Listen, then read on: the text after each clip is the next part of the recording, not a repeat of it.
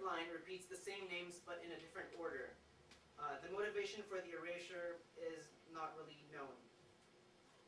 What is interesting on this altar is two significant changes to the usual Dodekatheon. The goddess Artemis and Hera are absent. Not surprising, because Hera and her male children do not receive cult in Thessaly. Hera does not appear in Thessalian inscriptions except for two inscriptions, which were actually dedicated to Hera Livia Augusta, which is the wife of Augustus in her deified form. And she is replaced on the altar by Themis, the second wife of Zeus and Hesiod's theogony. And the name of Artemis is replaced by Enodia, who is the closest equivalent of Artemis in Pherae. The 4th century was also when the final temple in Enodia's northern sanctuary was built, which I discussed earlier. This temple is one of only two large Doric temples in all of Thessaly, and is an anomaly in a Thessalian context. By building this temple like this, like temples outside of Thessaly, the Pheraean tyrants were making the sanctuary more attractive to non-Thessalians, and perhaps this was an active attempt at pan-Hellenizing the cult, I would suggest. So we now go outside of Thessaly, where Enodia's cult spread. The cult of Enodia to the south of Thessaly, and the cult of Enodia to the north of Thessaly took on distinct forms. The main difference being that Enodia's cult in Macedonia was almost exactly identical to the cult in Thessaly, whereas Enodia appears only in a syncretized form in southern Greece. The evidence for the spread of the cult of Enodia to southern Greece is mostly from inscriptions, but there are also a few literary sources. In these sources, Enodia is not called Enodia, but Artemis Pherea, or simply Pherea. Sometimes she's also called Artemis Enodia. Pausanias mentions that there was a sanctuary of Artemis Pherea on the Acropolis of Sicyon on the way to the gymnasium, to which her cult statue was brought from Pherae, as this passage says. Nikolaos Papakratsis thinks that these coins of Pherae were actually depicting the cult statue of Artemis Pherea at this sanctuary that Pausanias mentions. And here, this is the best quality image of the coins that I can find. But here we see a Roman-style building into which the agalma of Enodia was placed, and she is holding two torches with her hands. And the same is happening in this coin. She is holding a torch on each hand. Pausanias also mentions that the Argives also claim that a cult statue was brought to Argos from Pherae, where she was worshipped, just as she was worshipped in Sicyon and Athens. From southern Greece, the cult of Enodia spread to Coptos in Egypt, even as far as Issa in Dalmatia, and Syracuse in Sicily. The inscription from Syracuse was on a late 4th, early 3rd century BC votive crater, this one, that was inscribed with Artamiti Pherea, Artemis Pherea, and it was found with a protomb that might have depicted the goddess, and that is what you see on the right. Enodia only appears as a Pherean version of a Pan-Hellenic deity in southern Greece. Most of the inscriptions date to the Hellenistic period, and none are earlier than mid-4th century BC.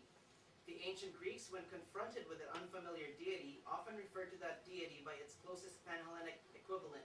So Enodia becomes Artemis because Artemis was the closest equivalent, and she is called Artemis Pherea because the southern Greeks believed her to have originated from Pherae. On the other hand, in Macedonia, Enodia's cult appears exactly as it did in Thessaly, and it also appears earlier than in southern Greece. The earliest inscription we have from Macedonia dates to the late 5th century BC, earlier than anywhere else in southern Greece. She usually appears with a horse carrying torches. Her name is always Enodia and is never referred to as Artemis or Hecate. And although we do not have excavated sanctuaries from Macedonia, there are inscriptions attesting to sanctuaries in Kozani, Beria, and Pella, for which cities we have evidence for priestesses of Enodia. And in this inscription, we have the name of a certain Timariti of Corinth, who was said to have been a propolos or a priestess of Enodia. This inscription came from Pella in the late 5th century The area of Exarchy near Kozani also turned up a lot of dedications that almost certainly came from a sanctuary in the area, and among these dedications were manumission inscriptions dedicated to Enodia. That's when a master frees a slave, and then they place a dedication after that happens in the sanctuary.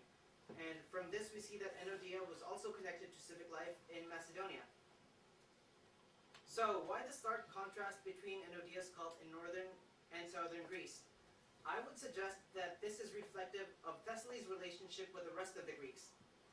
Cultural exchange between Thessaly and Macedonia had always been more abundant than between Thessaly and the south. And we see this as early as the Bronze Age, actually, where influence from southern Greece was concentrated in the coastal areas of Thessaly, whereas inland influence from the north was predominant. In fact, in the late geometric, early archaic phase of the sanctuary of Enodia and Pherae, half of the non-Thessalian votives were from Macedonia alone, and the other half was everyone else put together. Southern Greece, on the other hand, often saw Thessaly as an other. Attic literary sources talk of the Thessalians as this horse-riding people who betrayed the Greeks during the Persian Wars, and whose women were all witches. Because of this, the southern Greeks never had the original version of Enodia's cult. They only worship Enodia 2.0, which is the pan-Hellenized version. The cult of Enodia in southern Greece was also linked to the ascendancy of the Pheraean tyrants, whereas in Macedonia it was not. The cult of Enodia existed in Macedonia prior to the ascendancy of the Pheraean tyrants, and not once is the epithet Pheraea used for Enodia in Macedonia. The cult diffused to Macedonia not because of the Pheraean tyrants, but because of the ease of cultural exchange between Thessaly and Macedonia.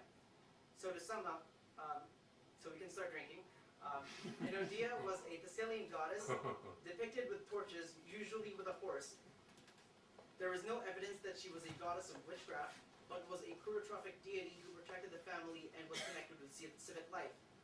The cult originated in eastern Thessaly, but gained pan-Thessalian importance, and the cult spread to Macedonia starting from the 5th century BC, and it spread to the rest of Greece in a syncretized form as Artemis, Pheraea, starting from the 4th century BC as a direct result of its promotion by the Pheraean tyrants.